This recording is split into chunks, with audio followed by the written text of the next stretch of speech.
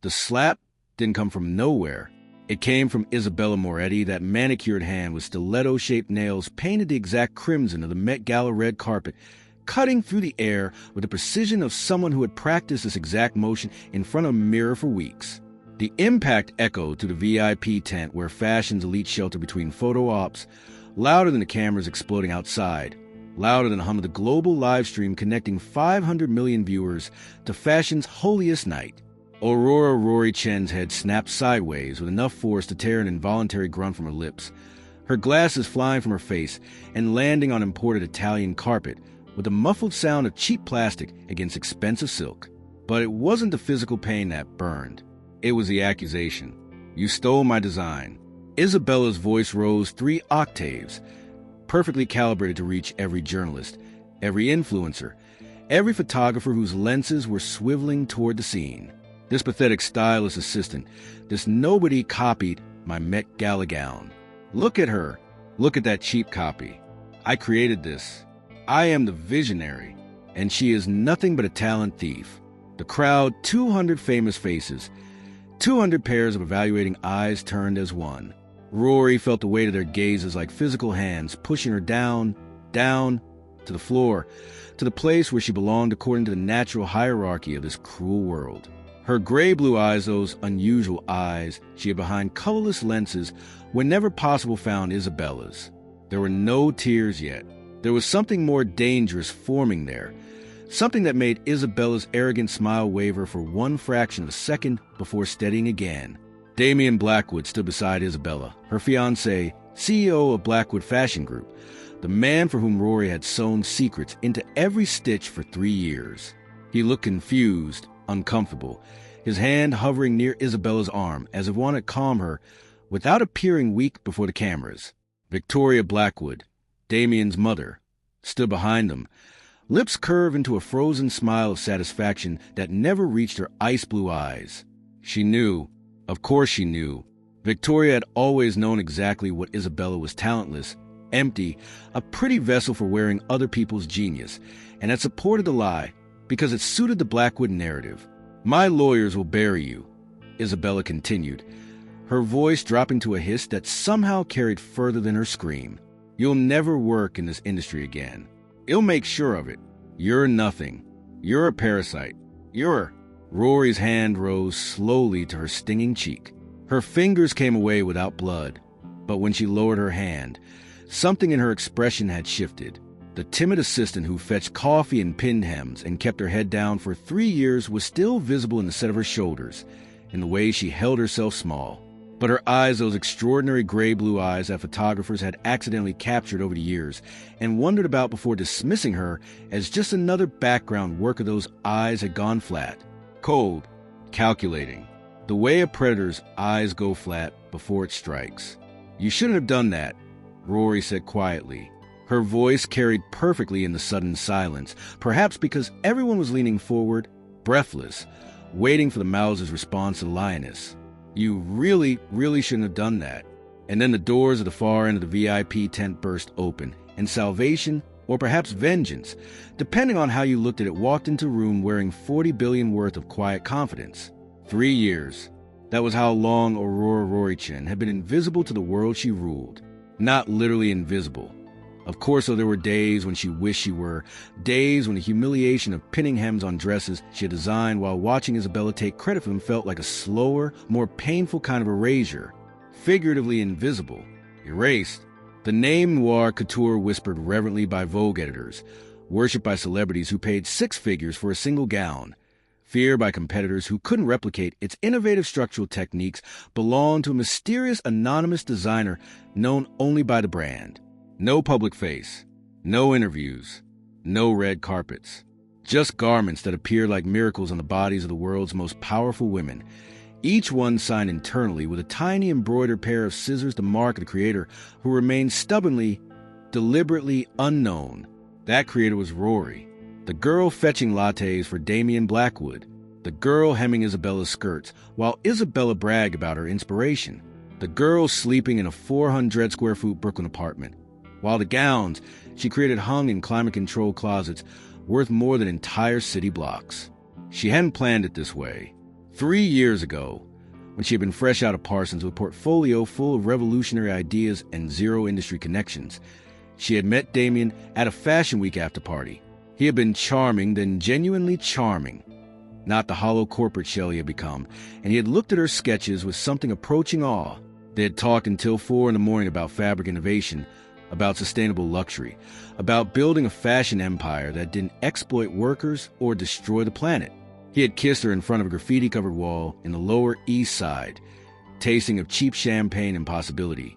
And she had fallen hard and fast a man underneath the CEO title. Then his mother had gotten involved.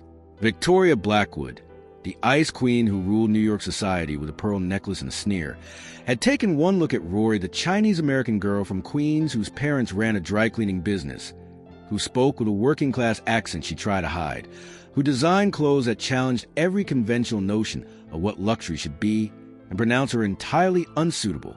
Not for Damien. Personally, Victoria didn't care who her son slept with, but for the Blackwood brand, for the image, for the shareholders. So Rory had made a choice.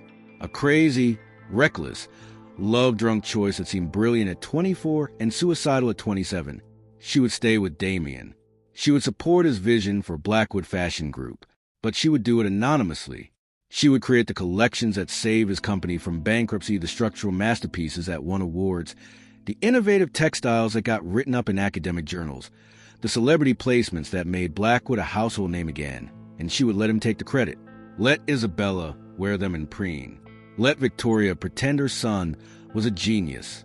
Let the world believe that Damien Blackwood was a visionary everyone said he was.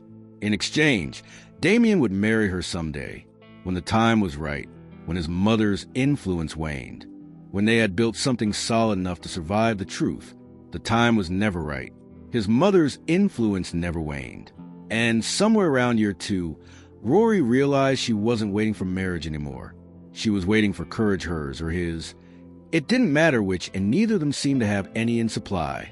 So she built her own empire in secret. Noir Couture started as a side project, a place to store the designs that were too radical, too honest, too her for the Blackwood aesthetic. She sold pieces through anonymous online listings at first, then through word of mouth among stylists who recognized quality when they saw it, then through exclusive private showings in converted warehouses where buyers signed NDAs just to enter the room.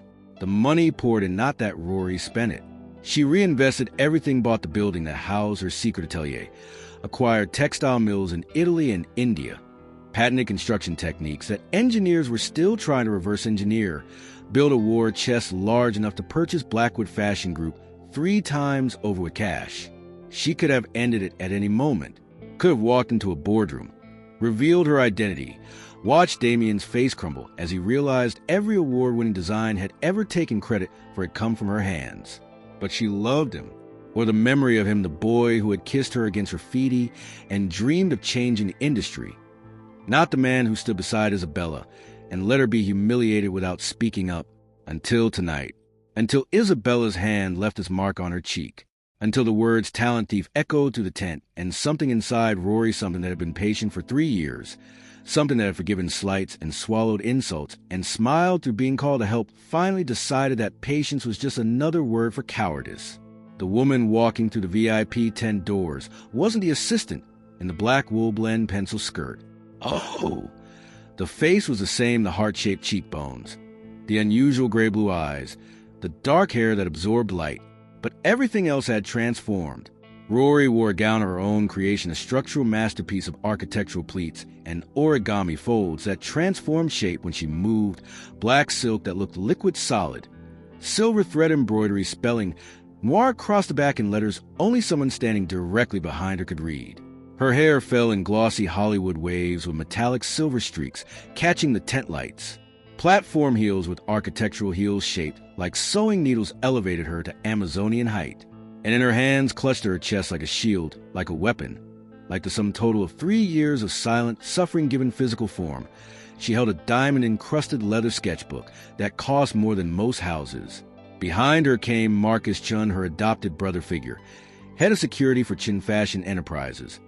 Former Special Forces operative now dressed in a navy suit that couldn't quite hide the coiled spring tension of a man ready for violence if necessary. Beside him, Eleanor Vance, intellectual property lawyer extraordinaire. Shark and St. John knitsuit, tab already glowing with copyright registrations and patent filings. Behind them, a phalanx of security personnel and legal aides whose combined daily retainer exceeded most families' annual income. The crowd parted, not because they had to, though Marcus' presence suggested that resistance would be unwise, but because something in the air had changed. The power dynamic had inverted so quickly it made the atmosphere crackle like ozone before a storm. "Miss Chen," Eleanor said, her voice carrying the crisp satisfaction of someone about to deliver a killing blow. "Shall we begin?" Rory's eyes found Damien across the room, found the confusion dawning into horror as recognition flickered across his features, recognition of the gown she wore. He had seen the sketch 3 years ago, had held it in his hands and called it revolutionary, had proposed to her 2 nights later while she wore an early prototype, found the understanding spreading like blood through water as his brain connected dots it had spent 3 years carefully ignoring. The gown Isabella was wearing, the white Versace mini dress with a thigh-high slit that she had claimed as her own original design. The centerpiece of tonight's plagiarism accusation was a Noir Couture original, designed by Rory, sketched by Rory, sewn by Rory's own hands in the Brooklyn atelier, where she ate instant noodles and dreamed of the day she wouldn't have to hide anymore. "Oh, God," Damien whispered. The words barely escaped his lips, but in the silence of the tent, everyone heard them. "Oh, God. Rory, it's been you this whole time?" Rory didn't answer him. Not yet. Instead, she turned to face the room, faced Isabella, whose perfect composure was cracking like ice under pressure, whose blue contact lenses were wide with dawning terror faced Victoria, whose frozen smile had become a rictus of fear faced the cameras, the journalists, the 500 million viewers watching through screens around the world. "My name," Rory said, her voice steady and clear, carrying the weight of $40 billion and 3 years of silence, "is Aurora Chen. I am Noir Couture. Every gown Isabella has ever worn, every collection Damien has ever designed, every award Blackwood Fashion has won for the past 3 years. I created it. I sewed it. I own the patents, the copyrights, the trademarks, the manufacturing facilities, and the distribution networks. And you, her eyes locked onto Isabella, have just accused me of plagiarizing my own work on global television, in front of 500 million witnesses. Congratulations, Isabella. You've just committed career suicide in real time." Isabella's mouth opened, closed, opened again. No sound came out, only ugly, animal noises of disbelief and terror as the reality of what she had done crashed down around her like a ton of couture fabric. The story of how Rory became invisible began long before the Met Gala. It began in a dry cleaning shop in Queens, where her parents worked 18-hour days pressing suits for men who earned in an hour what the Chens earned in a week. It began with a little girl sitting on a pile of discarded fabric scraps, teaching herself to sew on a stolen needle with thread pulled from discarded garments, creating doll clothes that looked nothing like doll clothes, angular, structural, challenging every assumption about what clothing should be.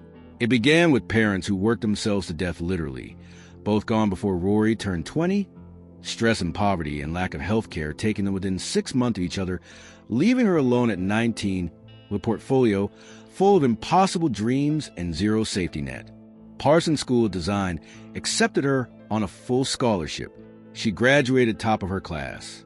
Her thesis collection, A Deconstruction of Victorian Mourning, were reimagined to the lens of brutalist architecture, won every award the school offered, and attracted the attention of recruiters from every major house in Paris, Milan, New York. She could have gone anywhere, done anything, become the next McQueen, the next Kawakabo, the next name that would be spoken in reverent tones at fashion schools for generations. Instead, she met Damien Blackwood at an after-party, and like an idiot, a lovesick, optimistic, believing in magic when evidency pointed idiot, she chose love over legacy, chose to hide her light under a bushel so that it could shine brighter, chose to become a ghost in her own industry so that he could take credit for her genius. For 3 years, she maintained a double life with exhausting precision. By day, she was Rory Chen, stylist assistant to the stars, fetching coffee and pinning hems and keeping her opinions to herself while Isabella Preening Designs Rory had sketched at 3 a.m. in her Brooklyn apartment. By night, late night, after Damien fell asleep in his penthouse while she lay awake staring at the ceiling counting the hours until she could escape back to her real life. She was Noir Couture, the anonymous genius reshaping fashion from shadows. The schedule was murderous. For hours of sleep on good nights. Hands permanently marked by pinpricks and calluses from industrial sewing machines. Back problems from hunching over cutting tables. Eye strain from working in bad lighting. Because she couldn't afford proper lamps for the atelier, she couldn't properly admit existed. Social isolation that bordered on hermitry she couldn't date openly. Couldn't have friends who knew her real identity. Couldn't even complain about her job, because doing so might expose a lie. And through it all, Damien grew more distant, more corporate, more like his mother. The boy who had kissed her against graffiti and dreamed of ethical fashion became a man who signed off on sweatshop manufacturing to save costs, who approved designs he knew were derivative because they were safe, who stood beside Isabella at galas and premieres, and let the world believe that the woman on his arm was his partner in every sense creative, romantic, future. Rory knew about Isabella from the beginning. Damien had told her, 6 months into their secret relationship, that his mother was pressuring him to get engaged to someone appropriate, someone from old money, someone whose face fit the brand. Isabella Moretti, daughter of a faded Italian fashion family, beautiful in a loud, obvious way, completely devoid of original creative thought, but excellent at wearing clothes other people designed and taking credit for the attention they garnered, had been Victoria's choice. The engagement had been announced 11 months ago. Rory had learned about it from Instagram, like everyone else, while hemming a dress Isabella would wear to announce it. She should have left then. Should have packed her sketchbook and her sewing machines and her dignity and vanished into the night, leaving Damien to explain to his shareholders why his company's creative output suddenly dried up. But she loved him, or the memory of him, and she was stubborn in the way that only people who have survived everything life threw at them can be, stubborn like a tree root growing through concrete, impossible to extract without destroying everything around it. So she stayed, and she sewed. And she watched Isabella wear her designs to events and give interviews about my creative process and my inspiration, while Rory stood in the background holding a clipboard and saying nothing. She watched Damien grow more comfortable with the lie, more willing to let Isabella take credit, more able to look Rory in the eye and talk about our shared vision when they both knew the vision came entirely from her. She watched Victoria smirk at her over champagne flutes, knowing exactly what was happening, approving of it because it maintained the Blackwood facade even as it crushed Rory's soul one stitch at a time. The Met Gala invitation arrived 3 weeks ago. Isabella's team, a group of stylists and assistants who couldn't design their way out of a paper bag, had submitted a concept brief for the gown Isabella would wear. The concept was vague, trend-chasing, derivative everything Noir Couture wasn't. Damien had brought the brief to Rory, asking for her opinion, and she had seen immediately that they were heading for disaster. So she had done what she always did. She had saved them from themselves. She had designed the gown, the structural black masterpiece that played with light and shadow, that transformed shape when the wearer moved, that used techniques she had patented and that no one else in the world could replicate, and she had slipped it into the production pipeline as a revision from the design team. Isabella had fallen in love with it immediately, had worn it to fittings and preened, had told anyone who would listen that this is my vision, my creation, my moment, had shown up tonight wearing it like armor, like a weapon, like proof that she belonged at the table of fashion's elite. And then she had seen Rory, who was working the event as a contracted stylist assistant because, of course, she was Blackwood Fashion, wouldn't pay for a ticket for the help, but they would gladly use her skills to make sure their VIPs looked perfect. Rory, who was standing near the bar when Isabella swept in, who made the mistake of looking at the gown with the expression of a creator seeing her child worn by someone else's pride mixed with pain, mixed with something that looked, to Isabella's paranoid, guilty conscience, like recognition, like theft. The accusation hadn't been spontaneous. Rory realized that later, in the cold clarity of hindsight. Isabella had been planning this moment, planning to publicly destroy the threat she sensed in Rory, the quiet assistant whom Damien looked at sometimes with an intensity that made Isabella's skin crawl. The slap, the screaming, the performance of righteous indignation, it was all theater, calculated cruelty, designed to eliminate a rival and cement Isabella's position as the creative force behind Blackwood Fashion. What Isabella hadn't calculated, what none of them had calculated, because how could they, was that the quiet assistant wasn't a rival, wasn't a threat, wasn't anything they could categorize or control or destroy with a well-timed public humiliation. The quiet assistant was the owner of everything they thought they had, the creator of everything they claimed as theirs, the patent holder of every technique they used, the billionaire who had been paying their salaries indirectly, through shell companies and offshore accounts and labyrinthine financial structures designed by Eleanor Vance specifically to withstand forensic investigation for 3 years while they treated her like dirt. When Marcus had called her burner phone 2 hours before the gala began, when he had told her that Isabella's team had been gossiping about teaching that Asian bitch a lesson tonight, Rory had made a decision. No more hiding, no more patience, no more love for a man who stood by and watched her be destroyed. She had called Eleanor, called her bankers, called the private jet company that had been on standby for 3 years waiting for exactly this moment. And she had transformed physically, emotionally, spiritually from a mouse they thought they knew into the predator they had created. The gown she wore to the confrontation wasn't just a dress. It was a manifesto. Every pleat represented a design they had stolen. Every fold represented a night she had spent sewing while they slept. Every silver thread spelling noir across her back was a signature they had tried to erase, now displayed in letters too large to ignore. And the sketchbook god, the sketchbook, that was the kill shot. Inside its diamond-encrusted leather cover a gift to herself when Noir Couture's first billion-dollar valuation came through her 3 years of original designs. Every sketch dated, annotated, signed.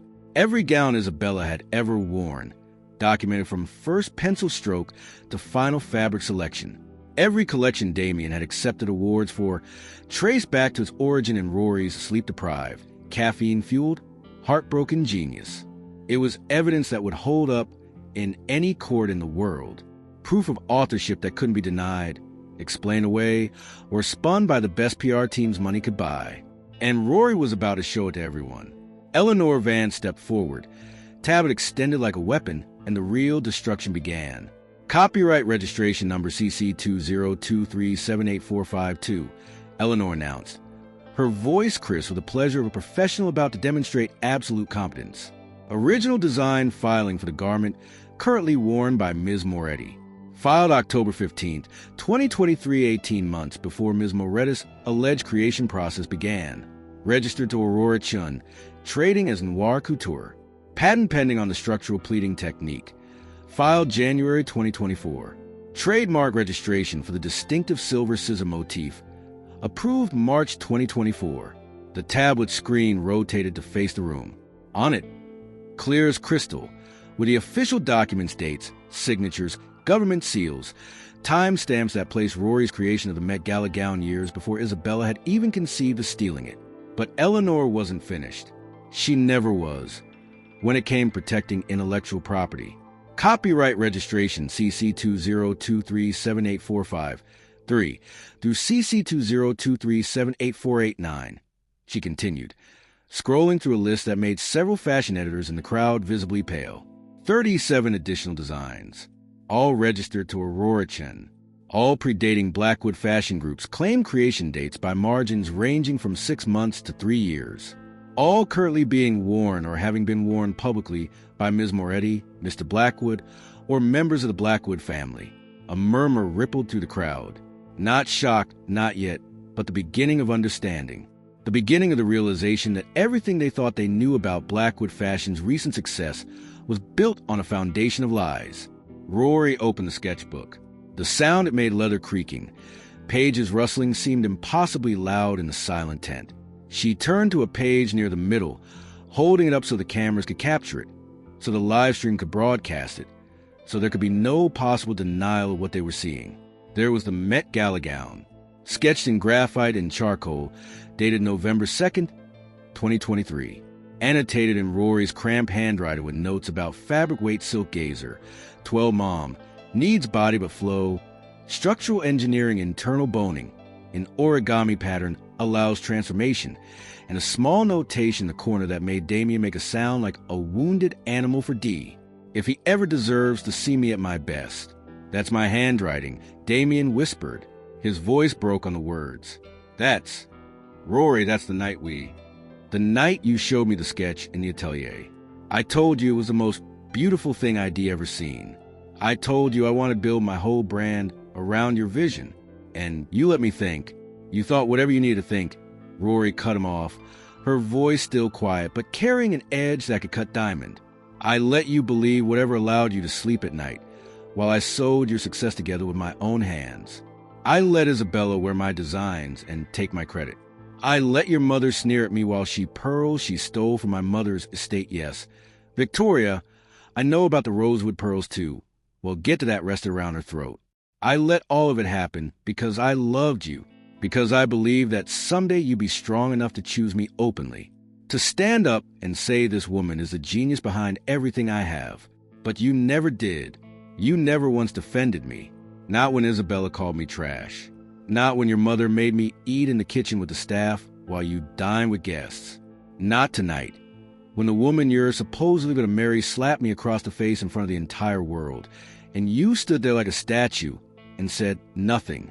She turned another page in the sketchbook, then another. Each page showed another design, another gown, another suit, another accessory, each one dated and signed. Each one recognizable as something that had appeared on a red carpet, a magazine cover, a campaign billboard.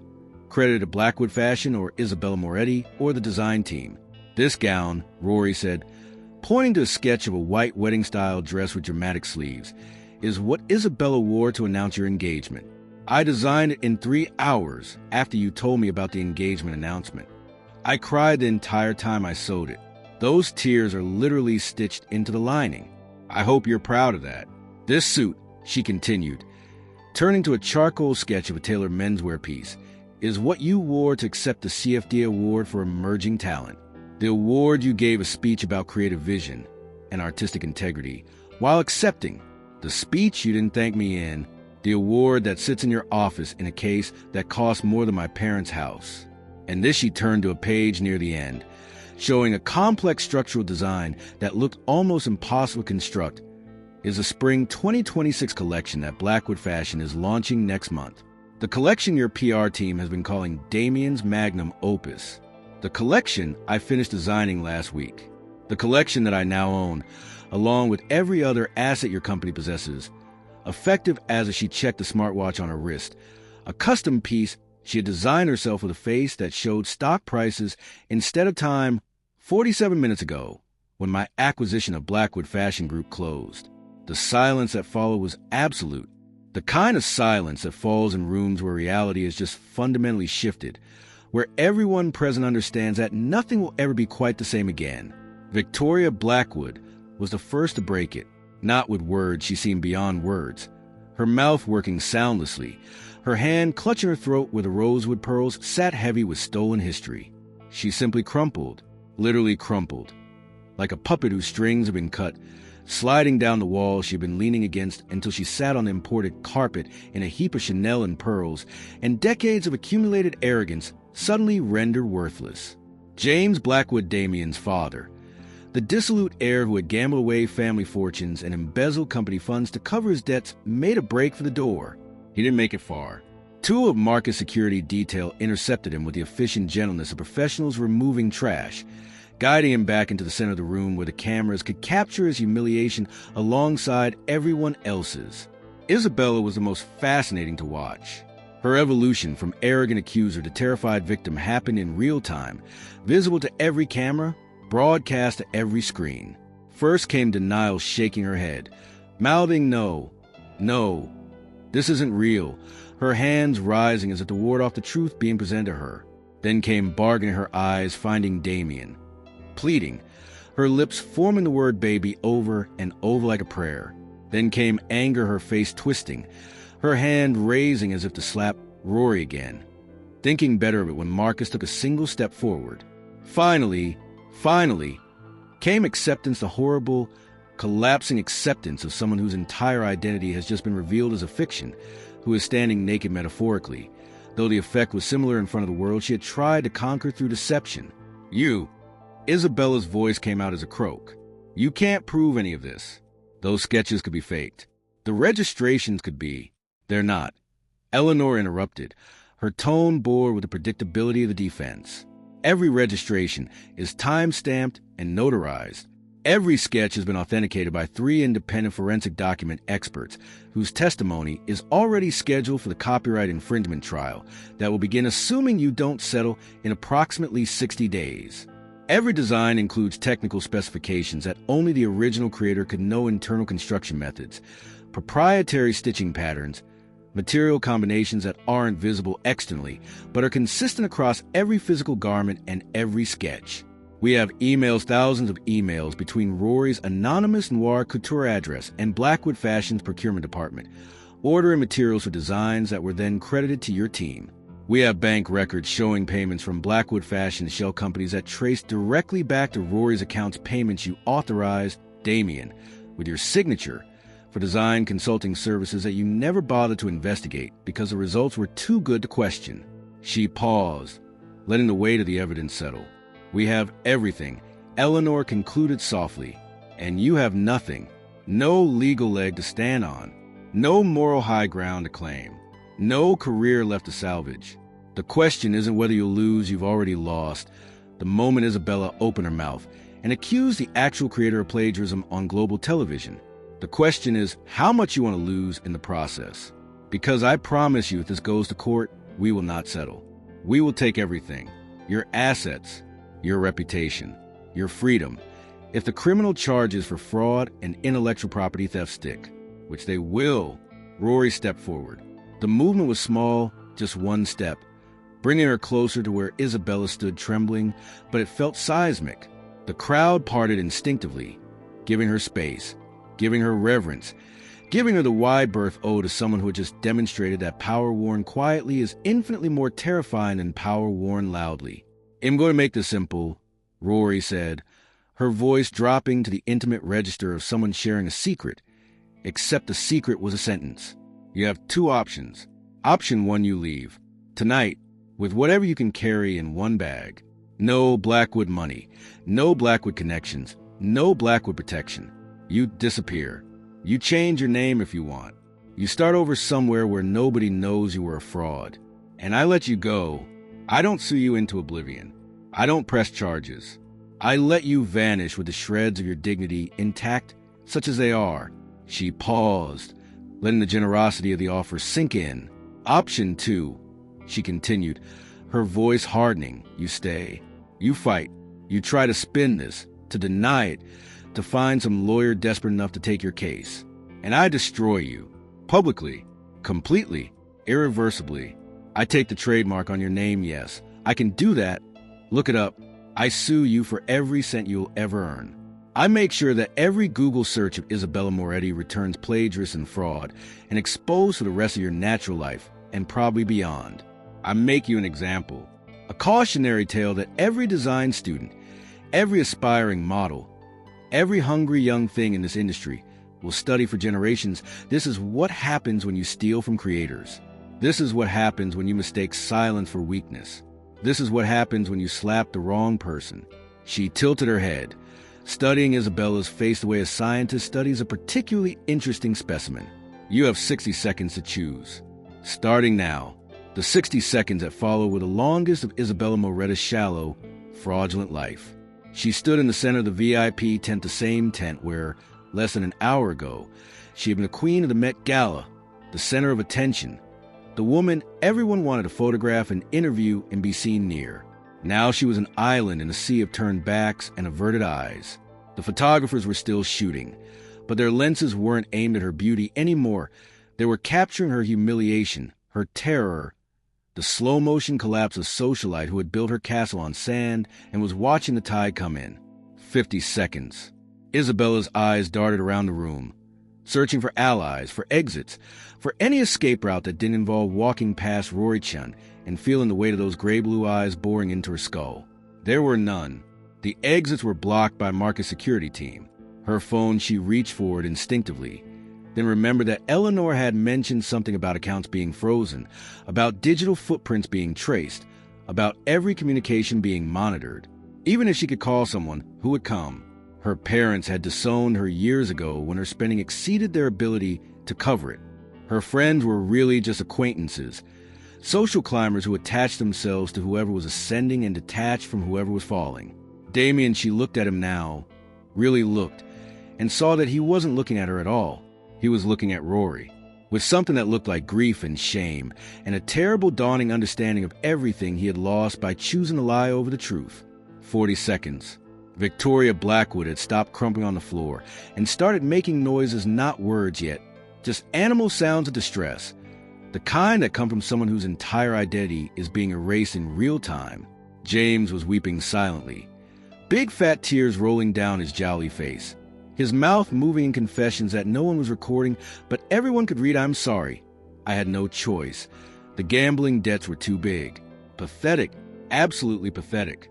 These were the people who had looked down on Rory for 3 years. These were the elites she had feared. These were the giants whose shadows she had lived in.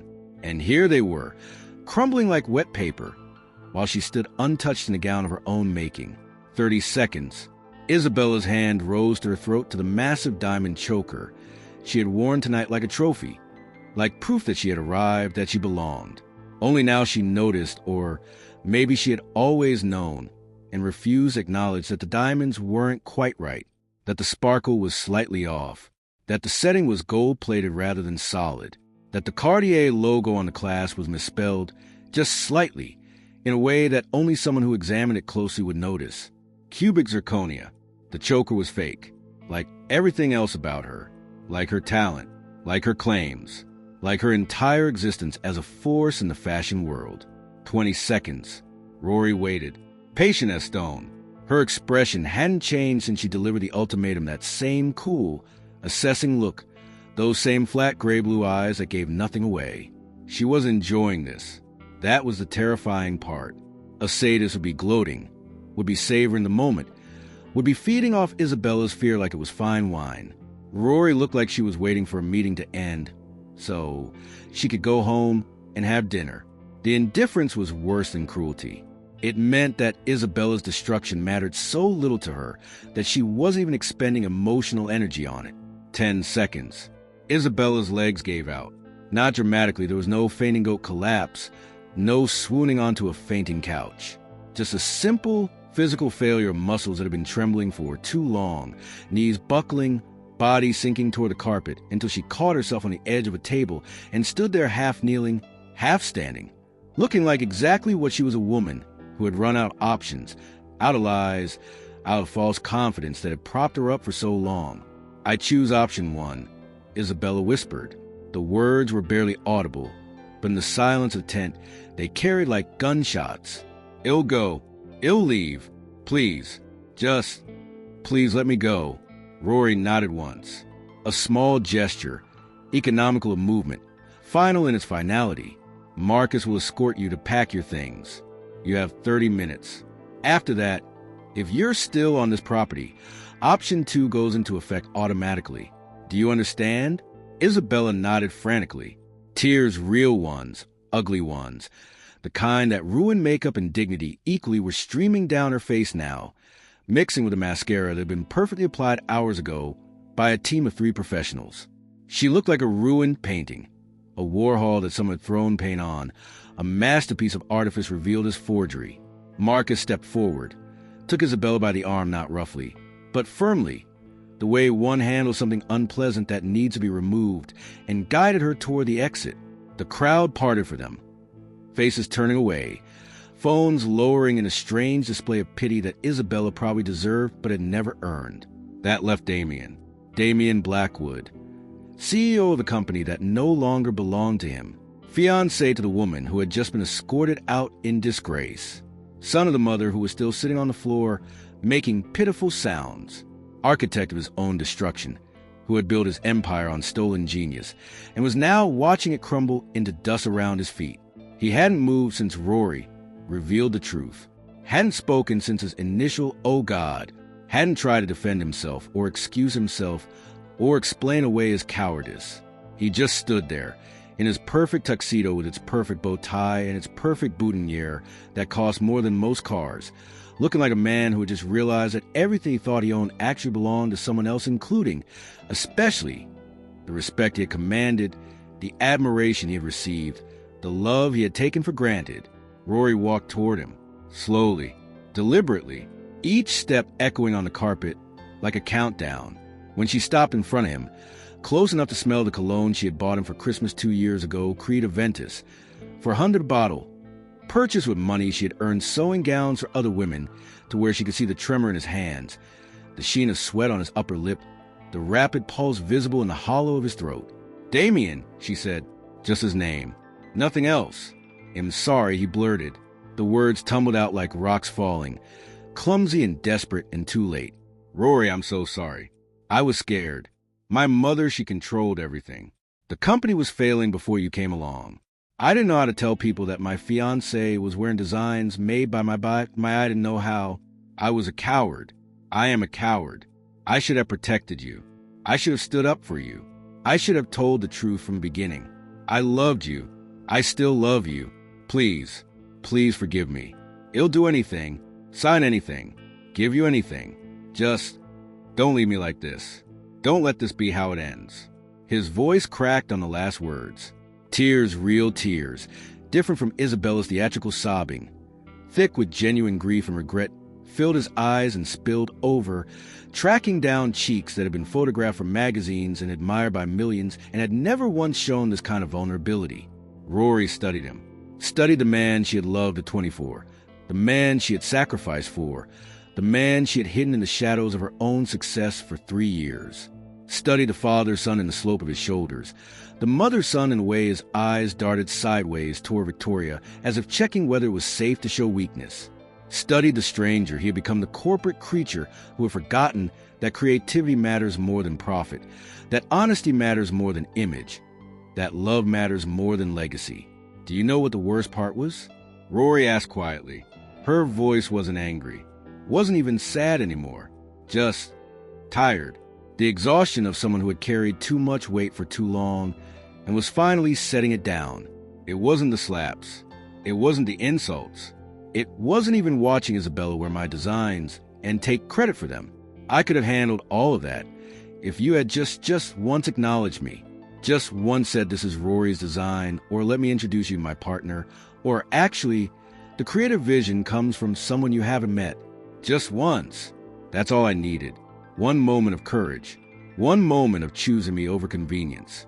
One moment of being a man I thought you were when I said yes to you in that shitty apartment in Brooklyn with the peeling wallpaper and the cockroaches in the kitchen.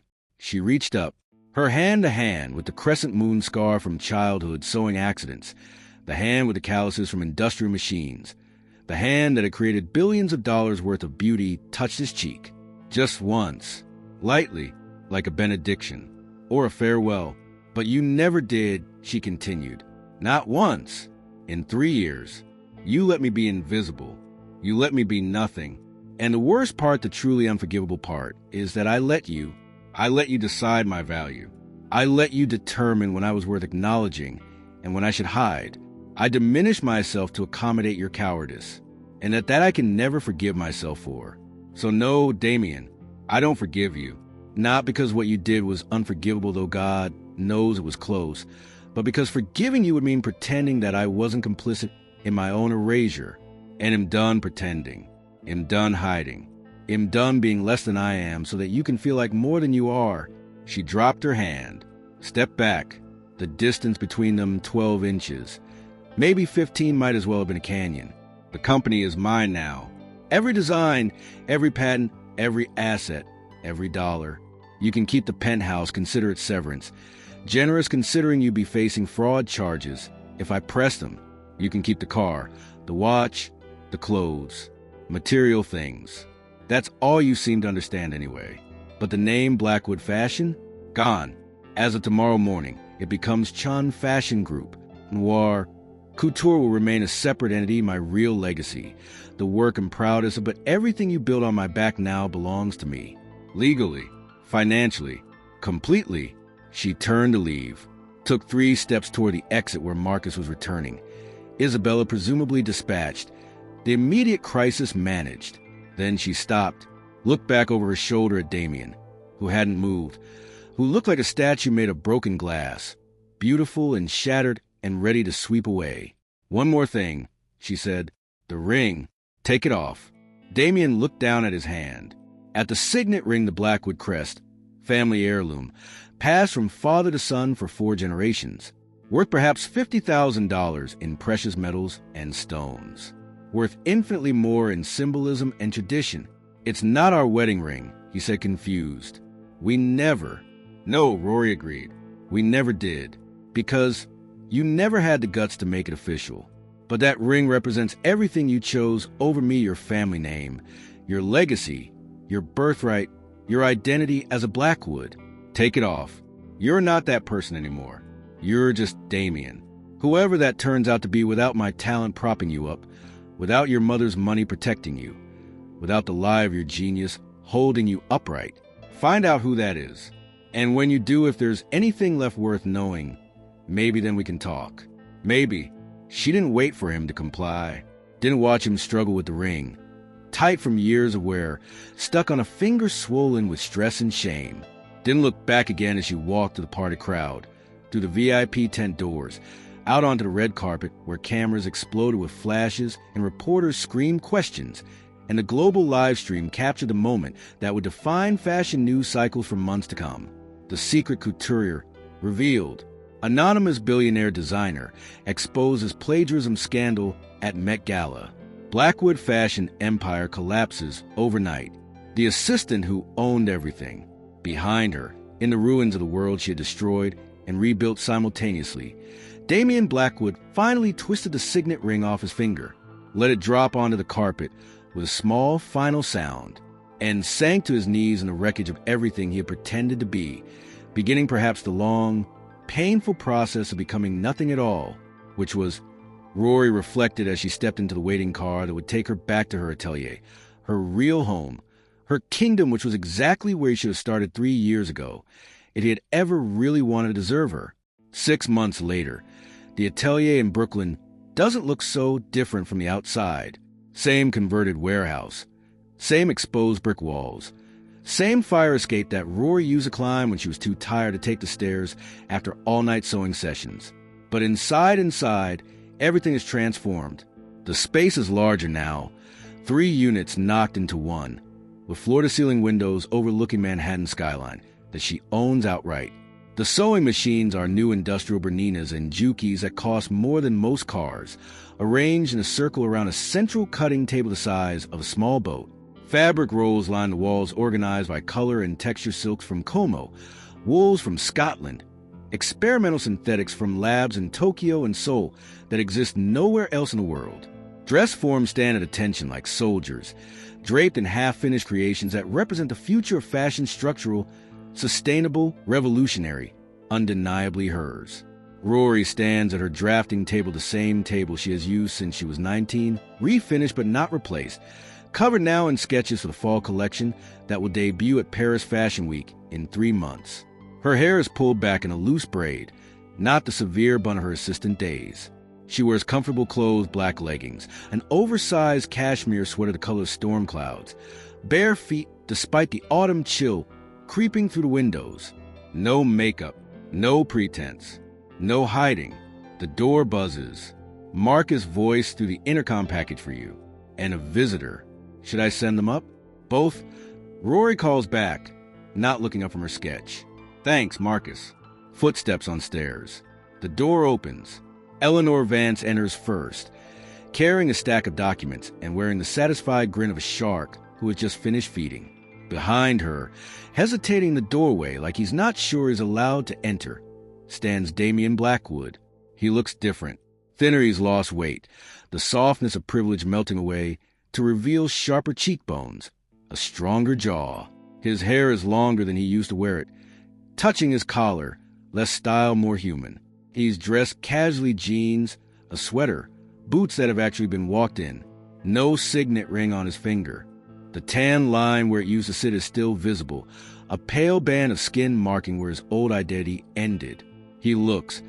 Rory realizes with a start that feels like a punch to the chest, like the man she fell in love with. Not the CEO, not the coward, Just Damien, trying, apparently, to figure out who that was. Settlement papers. Eleanor says, dropping the stack on the table, signed by Isabella's lawyers this morning. Full admission of guilt. Forfeiture of all assets above basic living expenses. Agreement never to work in fashion, design, or related industries again. Lifetime NDA with penalties that would make a corporate lawyer weep. And this is the fun part, she's moving to Nebraska to live with her aunt. Actual Nebraska. I didn't know people actually did that. Rory flipped through the pages without really reading them. The details didn't matter anymore. What mattered was that it was over, that the chapter was closed, that she could turn the page literally and figuratively and start writing the next part of her story without the weight of vengeance dragging at her pen. Victoria pleaded guilty. Eleanor continued, settling into a chair with the comfort of someone who had earned the right to make herself at home. 18 months minimum. Fraud, embezzlement, accessory to intellectual property theft. The rosewood pearls have been returned to your vault appraised at $2 million, by the way. Apparently inflation hit the heirloom market. James is cooperating with prosecutors in exchange for immunity for Damien. Turns out the old man kept detailed records of every illegal transaction, couldn't help himself. Compulsive gambler with an obsessive need to document his wins. His testimony alone will keep Victoria locked up for the maximum sentence. And Damien? Rory asked, finally looking up from the papers. Looking at him. Really looking. For the first time since the Met Gala, with eyes that held no anger anymore. Just curiosity. Just the cautious openness of someone considering whether to open a door that had been closed for a long time. Damien cleared his throat, shifted his weight. Looked like he might throw up or cry, or both. I've been taking classes, he said. His voice was rougher than she remembered, less polished, more real. Ethical fashion certification, business ethics, therapy, the whole. Redemption arc, I guess. I've been volunteering at a nonprofit that teaches sewing to underprivileged kids, using my name to get donations for equipment and supplies. Trying to, I don't know, make amends, be useful, figure out who I am when I'm not stealing someone else's genius to feel important. He paused, took a breath. I'm not here to ask you to take me back. I know I burned that bridge. I know I don't deserve anything, really. I wanted you to know that I heard you. That night at the gala, everything you said about making me choose between you and convenience. And I always chose convenience. About letting you be invisible. About being a coward. I heard it. And I've spent every day since then trying to become someone who wouldn't make those choices again. Someone who might maybe, someday, if the universe is feeling ridiculously generous, be worthy of a conversation with you. Not forgiveness. I don't expect that. Just acknowledgement that I'm trying, that I'm changing, that the man who hid you in the shadows is dying, and someone new is growing in his place. Silence settled over the atelier. Outside, Manhattan hummed with its eternal energy horns honking, sirens wailing, millions of lives intersecting and diverging in patterns too complex to map. Inside, 3 people held their breath, waiting for Rory's response. She looked at Damien for a long moment, at the man he had been the arrogant CEO, the cowardly lover, the thief of dreams, at the man he was trying to become thinner, humbler, working with his hands for the first time in his life, learning to create instead of steal, at the space between them 3 years of lies, 1 night of explosive truth, 6 months of silence. Then she picked up her pencil, turned back to her sketch, drew a single line clean, confident, unmistakably hers. Stay for dinner, she said, not looking up, voice casual, as if inviting an old friend over for pasta, not offering something that might be the beginning of healing or might be nothing at all. Marcus is cooking. He makes a mean risotto. We can talk, or not talk, whatever you need. Behind her, she heard Damien's breath catch, heard Eleanor's quiet sigh of satisfaction, heard the sound of a man who had lost everything sitting down in the only chair available, in the only place he was welcome, beginning perhaps the long, slow process of earning his way back to humanity. Rory smiled, small, private, genuine, drew another line, and kept designing the future her future, on her terms, in her atelier, with her name on every stitch.